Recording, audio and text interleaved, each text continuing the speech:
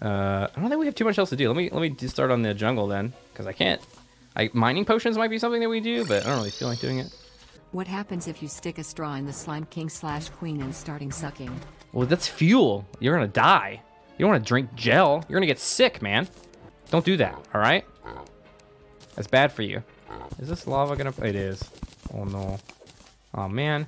Oh, what? Oh, it must have not been an actual lava thing. That was weird. Okay, we'll make this into... Man, this jungle is the worst, though.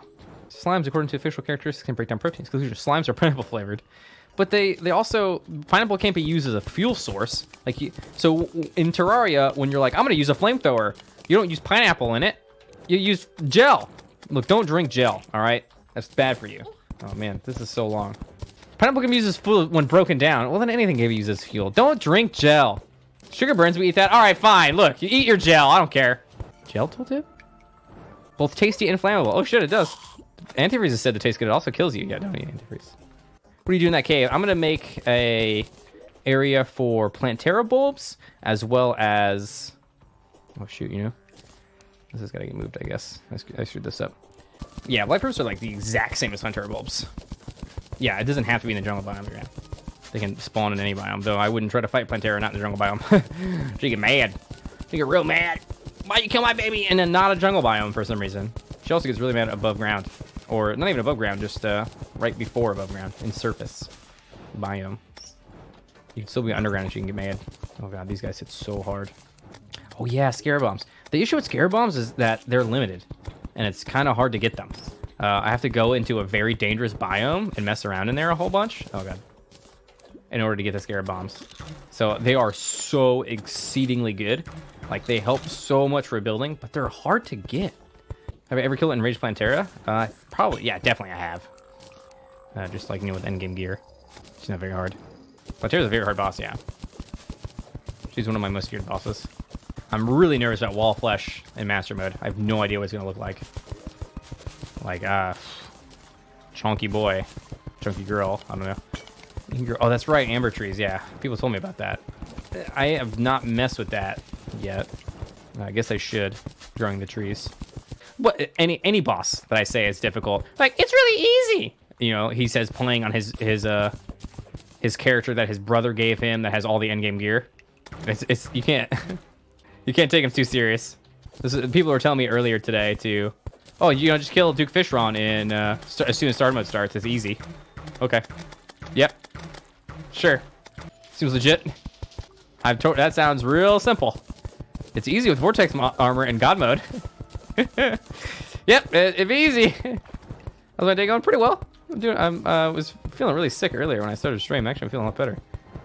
Where are the red lines? Those are wires, Moon. It's sort of like Minecraft's Redstone.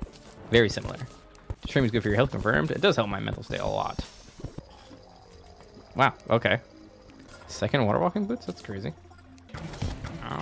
Oh, that bomb actually helped, huh? You guys know how I was telling you that story about how trolls coordinate on other platforms and come into streams? I was surprised to hear that so many people didn't know about that. But I guess it's something I took for granted that people know. But I guess, you know, as a viewer, you wouldn't know that that's a thing, necessarily. So I don't know Spanish. I did grow up in Tejas, which is just north of Mexico. So I've heard a bit of Spanish, Espanol, but I don't know it. Wouldn't even understand if you spoke it. Well, that scared me. They see me rolling. They hating. Yeah. That's a really common thing, Blue. So people in like Discord, for example, will organize together and be like, okay, let's go raid this person, and we'll go as a group. And then, you know, you'll say this thing, I'll say this thing, and then we'll see how long it takes us to get banned. And then when one of them gets banned, the other one will be like, hey, why did that person get banned? That was unfair. Why did that person get banned? It's super common. It's very common. Just had some experience with it. The only first I learned was the curse. Yeah, a lot of people start with languages like that, just learning how to curse, which is fine. It's like an entryway into language. I personally feel that if you want to learn a language, the only way to do it is to immerse yourself in that language. Like you need to speak that language. If you don't need to speak it, you won't do it. I think it's the only way to learn it. Like, I think the other methodologies of learning it just don't work. Like, how many people, I don't know if you guys have heard of this before, but people who are born to... Oh yeah, I guess I could... I mean, I didn't need any of that stuff. Might do all flesh, I don't know. The people who are born in a native language can sometimes forget their native language because they don't use it. So I think the guy who speaks the most languages speaks like 13 languages. Speaks like 13 languages, and he has to constantly use them all, otherwise he'll forget. He's forgotten more languages than he knows. It's what I would call a perishable skill, where if you're not like, oh, it is an infant bow. I don't really need one. Way more than 13 languages? Well, I think it's about fluency rather than just the languages. Losing your mother tongue from non-use definitely can happen. Lost my mother tongue when I came to the U.S. Yeah, I think that's what happened to the other person I was talking to about losing their mother tongue, which is sad, right? Like, you were born to this language. Your mother and father taught you this language. Like, your friends at high school and stuff taught you this language, depending when you moved and stuff like that. And then like, oh, you're from Russia. You want to speak some Russian? And you're like, yeah. Privet. You know, it's kind of harsh, man. Oh, 70 damage from a freaking green slime. Good lord. I learned English trying to beat Chrono Trigger without a walkthrough. It took me a year and a half. 13 years later, I still know every corner of the game. That was also an entry point to all sorts of English media for me. Man, I think that's the... I don't want to say that's a way to learn, but I think that's like it's so close to being a way to learn. Like, I watch a lot of anime, but I didn't learn Japanese. You know, I said kawaii, desuni. I mean, I can't... Konnichiwa, I can say hi, but I don't have, like, operational knowledge of the language, you know? Yeah, but you watch with subtitles, right? Right, I mean... So, I guess Chrono Trigger, that's true. Chrono Trigger, didn't in his case, didn't have a translation. I feel like I learned English from video games and books. Reading books and playing video games is what taught me new words and what gave me a vocabulary. Like, I don't think my vocabulary is very amazing, but... Like, I used to really enjoy reading books. I used to read books all the time. Mostly because I wasn't allowed to play video games at school. But I was, for some reason, like, I don't know if anybody else had this. Like, you could be goofing around, not doing anything, and teachers would get mad at you. But you could be reading a book. It doesn't matter what it's about. And teachers are like, oh, good, you're reading a book. Okay, I guess. And that kind of like, so I would get sent to detention all the time. So I would get detention for missing school. And for some other things pretty frequently, and you're allowed to, not manga, just actual books. For some reason they figured like comic books were not the same as books, even though you're still reading. I don't get it. So I would just read books in detention, and then that would be fine. It's like that's something that you were allowed to do. And writing too. I used to write all the time. You're allowed to write in detention. It's like not a punishment. Other things, mostly fighting. I was angry young man. I read 50 Shades of Grey. Okay, it was mediocre. It wasn't really that great. It was like a really light introduction into Dom and Fem, or no, Dom and Sub. Sorry, it just was very plain. Those books. I'm surprised they had such mass appeal. I got a free copy, by the way. Free e-copy is why I had it. Yeah, exactly, Blue. Like, everybody had to be quiet. I get to sit there, and I since I was missing so much school at the time, I got to make up my grades basically by sitting there. So I was getting to go to classes where I could just read. And at one point, they sent me to what they call a remedial school, which is like a school where you went in and they took your belt from you, and like you couldn't talk, and they put you in isolation where you couldn't see any other people for like a week or 2 weeks, I want to say. Like it was a bad person school, and I loved that school, bro. I got straight A's in that school, dude. It was sick. I loved it because I was allowed to read books. So they would just they would give you classwork, right? They'd give you coursework. So they'd give me, but what they would do is they would give you the whole thing straight up. Like, here's your classwork for the month, and then they would give you a packet. And if you complete this packet, you get an A. And I would just do the packet in the first like 2 or 3 days. I would just do the entire packet, and then I had nothing to do for the rest of the month. So I read so many books while I was there. I read like a bunch of Stephen King books. I think I read some of the Dragon Riders of Pern books while I was there. It was, dude, I loved Aqua. It was my best school experience, man. And then when I came back to normal school, I was like, oh dang, William, he went to freaking that remedial school, and I was like, yeah, it was crazy. It was sick, dude. I loved it. It was my best schooling ever. The teachers are all like super nice to me because I just read books, and they're like, oh, reading books is good. You know, I don't know. If I have a coupon for one book, what's one book you recommend? Dragon Riders of Pern series is really good. Circle of Time, Wheel of Time, they're pretty good. They like being treated bad. I didn't feel like it was treated that bad. I was left alone. I was given you know, work in particular, they treated me really well, I would say. I got sack lunches every day, you know, Sammy. Sometimes it came with an apple. It's pretty good. But normally I have to pay for lunch. I'm pretty down with that. I don't know. I get drove to school every day because there's no bus. I was about to be a repeat offender over here, okay? Yeah, I mean, there's lots of good books. When I was in country, people were like, so there's like Facebook groups for soldiers who are in country, and they'll be like, I'll send you whatever. And I was like, can you send me books? So I got so many free books. I think I got like 20 books read while I was in Iraq.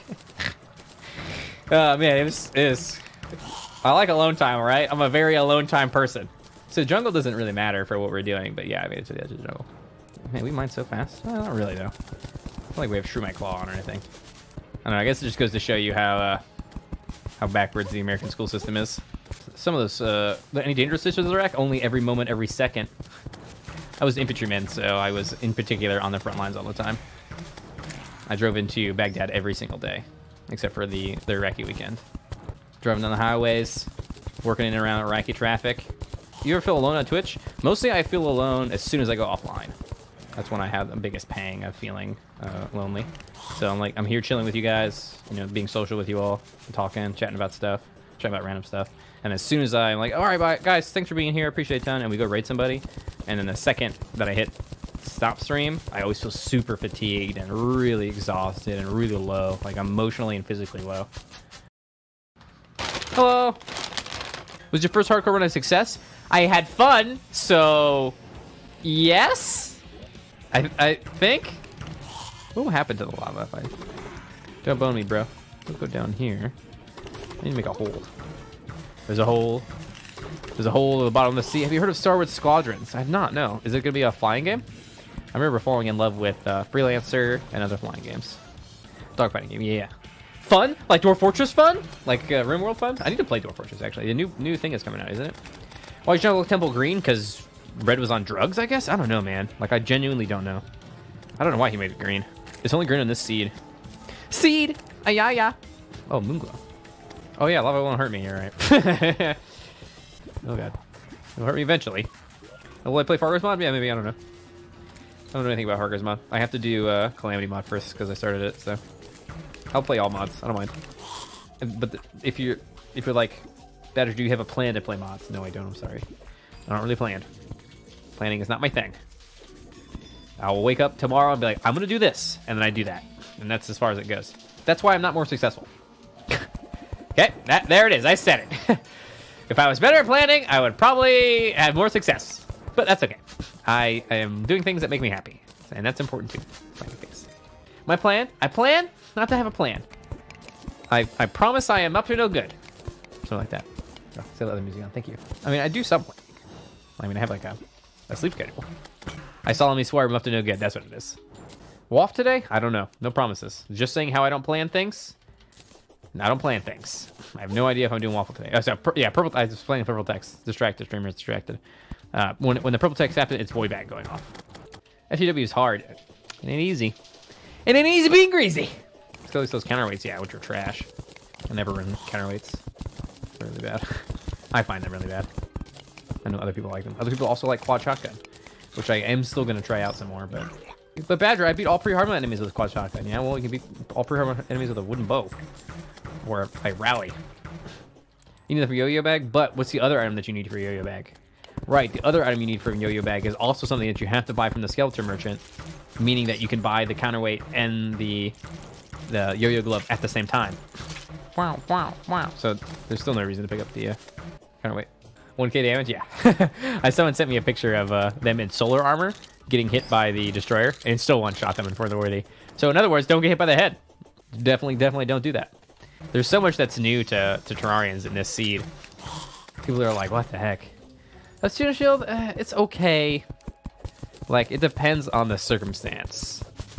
It's only the third best? I thought it was like one of the best selling games in the world. It's crazy that I have an item in this game, dude. Like, I still haven't come to terms with the fact that Relogic was like, yeah, we'll give you an item. For real? For real? For real? For real? For real? Maybe Relogic will open a theme restaurant. Yeah, who knows if they have other investments. Am I planning to be wall flush today? No, I'm not planning on it. It could happen. I don't think I have much else to do after this, so I might do that. Yeah, I think they could have done DLC, but their business model is such that they wanted to sell more copies and have the game be more inside people's minds, and by doing updates, that does help. So it's not like they're doing it for no reason or just out of the kindness of their heart. This is just a business model that they set it on. They feel like updates benefit them just as much, if not more, than doing DLC. And I think DLCs have a very toxic outlook on them, which is interesting to me, because I think DLCs are great. But I think by straying away from the DLC model, they have built a relationship with their audience that grants them this otherworldly status kind of deal. Yeah, there's a lot of walking simulator games, I agree. Which I don't mind walking simulations. They're okay. Like, Death Stranding is like the walking simulator. I think it's fine. They're games. They have their own story and things to tell, you know? Cool in their own way. Like, I play like spreadsheet games. Yeah, Firewatch is a good walking simulator. I didn't really like that game, but I know a lot of other people did. I play way more boring games than just walking simulators. Yeah, and that was kind of their intention, you know, DTG, to maintain that status of, you know, most adored studio kind of deal. They really take their PR very seriously. So that was their model. That was their intention. That's what they've been doing. And if it didn't necessarily happen, if I die, what loot would I drop? Man, I wouldn't drop anything. I have nothing worthwhile to give. I'd probably like martyrdom when I die. I'm like that one enemy that drops something to kill you and after death. Dying to me after I die would be an achievement. So have I played Hollow Knight or Celeste? Yes, I played both Hollow Knight and Celeste. Those are good games. I don't know anything about the studio though. A lot of hats, just trashed in your inventory. Yes, true. DLC means downloadable content, so it doesn't necessarily mean that DLC costs money. I think, yeah, DLC does get a bad rep. So, I mean, I grew up in a phase of playing video games where if there was a bug in the video game when it got released, so that's it. That bug was in the game, like, end of story. Like, deal with it. Because there was no updates. There was no internet. Like, you couldn't log on and get an update. You had your CD. Not that there was no internet, but it was internet wasn't available to me as a young man. So you just had to, you know, deal with that kind of thing.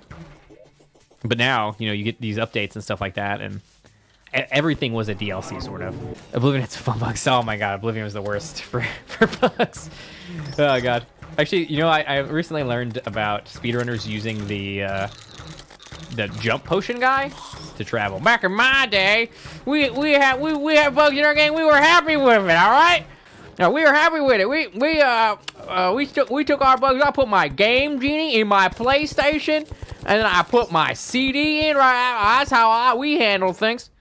So the DLC thing to me is like this revolutionary idea where I can get updates for my game. Nani? The game development life cycle can continue after the game has been released. You said what?